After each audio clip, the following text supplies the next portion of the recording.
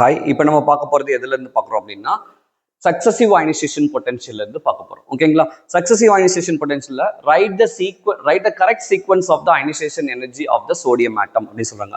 இது மாதிரி 4 ionisation energy கொடுத்துருப்பாங்க. கொடுத்துட்டு இதில் எப்படி எது கரெக்டாக இருக்கும் அப்படின்னு வந்து கேட்பாங்க. ஓகேங்களா?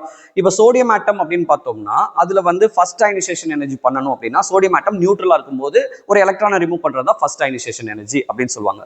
அப்போ நியூட்ரலாக இருக்க ஒரு ஆட்டத்தில் எத்தனை இருக்கும் அப்படின்னு பார்த்தீங்கன்னா நியூக்ளியர் சார்ஜ் தான் புரோட்டான். அதில் 11 நியூக்ளியர் சார்ஜ் இருக்கு. எலக்ட்ரான் எத்தனை இருக்குன்னா 11 எலக்ட்ரான் வந்திருக்கு. அப்ப சேம் நம்பர் ஆஃப் இருக்கும்போது அதுல இருந்து ஒரு எலக்ட்ரான் ரிமூவ் பண்றது ஈஸியா தான் இருக்கும். ஏன்னா இந்த கேஸ் ஆஃப் த சோடியம் அப்படின்னு வந்து பாத்தீங்கன்னா எப்படி இருக்கும் அப்படின்னா இதுல 2ங்க, அடுத்தது இதுல எத்தனை இருக்கும் அப்படின்னு பாத்தீங்கன்னா 8 இருக்கும். அதுக்கு அடுத்தது வெளிக்கூட் அவுட்டர் ஷெல் எத்தனை இருக்கும் அப்படின்னு பாத்தீங்கன்னா ஒரு எலக்ட்ரான் வந்து இருக்கும். ரைட்டுங்களா இல்லைங்களா? இப்போ இந்த ஒரு எலக்ட்ரானை ரிமூவ் பண்றது ரொம்ப ஈஸியா இருக்கும், அது ஸ்டேபிளா அட்டென்ட் பண்றதுக்கு. அப்போ IE1 அதாவது அயனைசேஷன் எனர்ஜி 1 எப்படி இருக்கும்னா கம்மியா தான் தேவைப்படும். ஓகேங்களா? இப்போ கம்மியா தேவைப்படுதுன்னு வச்சுக்கோங்க. ஃபார் எக்ஸாம்பிள் இதுக்கு ஒரு 10 கிலோ ஜூல் வந்து தேவைப்படுதுன்னு நினைச்சுக்கோங்களேன். 10 கிலோ ஜூல் மோல் தேவைப்படுதுன்னா IE1 இவ்வளவு தேவைப்படும். இப்போ என்ன ஆயிடுச்சு, Na வந்து என்னவா மாறிடுச்சுனாங்க Na பிளஸ் அப்படின்னு வந்து மாறிடுச்சு. Na என்னவா மாறிடுச்சுங்க, Na பிளஸ் அப்படின்னு வந்து மாறிடுச்சு. அப்ப Na பிளஸ்ன்னு மாறிடுச்சு. இப்ப பாருங்க Na பிளஸ்ல வந்து பாத்தீங்கன்னா எத்தனை எலக்ட்ரான் இருக்குன்னா 10 எலக்ட்ரான் இருக்கு. புரோட்டான் எத்தனை இருக்கு அப்படின்னா 11 புரோட்டான் வந்து இருக்கு. ரைட்டுங்களா? அப்ப 10 எலக்ட்ரான் இருக்கும்போது என்ன ஆகும் அப்படின்னா இது எந்த கான்ஃபிகரேஷனை ஃபாலோ பண்ணுது அப்படின்னா நியானோட கான்ஃபிகரேஷனை ஃபாலோ பண்ணுது.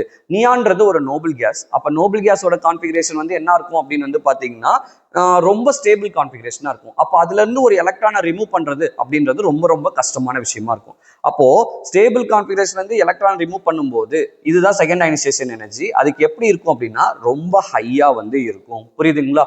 அப்போ ஃபார் எக்ஸாம்பிள் இதுக்கு 10ன்னு சொன்னோம்னா இதுக்கு எவ்வளவு இருக்கும் அப்படின்னா ஒரு 50 கிலோ ஜூல் கிட்ட, அவ்வளோ ஒரு 5 டைம்ஸ் அதிகமா வந்து போகுதுன்னு நினைச்சுக்கோங்க. 50 கிலோ ஜூல் கிட்ட போயிடும். புரியுதுங்களா? அடுத்த கேஸ் வந்து பாத்தீங்கன்னா இப்படி மாறி இப்ப என்ன ஆயிடுச்சு அப்படின்னு பாத்தீங்கன்னா 9 எலக்ட்ரான் வச்சிருக்கு அண்ட் 11 புரோட்டான் இருக்குன்னு நினைச்சுக்கோங்களேன். இப்ப இதுல இருந்து எலக்ட்ரானை ரிமூவ் பண்றது ஈஸியா அப்படின்னு பார்த்தா இதை விட கொஞ்சம் easy. Even though it has the less number of electron and high nuclear charge, ஆனா இது ஸ்டேபிள் கான்ஃபிகரேஷன்றனால இதுல இருந்தா ரொம்ப ரொம்ப எலக்ட்ரானை ரிமூவ் பண்றது கஷ்டம்.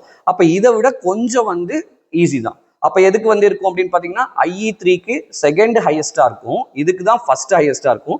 இதுக்கு எப்படி போயிடும்னா தேர்டா வந்து இருக்கும். அப்ப நமக்கு இங்க இருக்க ஆர்டர்ல எது கரெக்டான ஆர்டரா இருக்கும் அப்படின்னு பாத்தீங்கன்னா இதுதான் அயனைசேஷன் எனர்ஜில கரெக்ட் ஆர்டரா வந்திருக்கும். புரியுதுங்களா?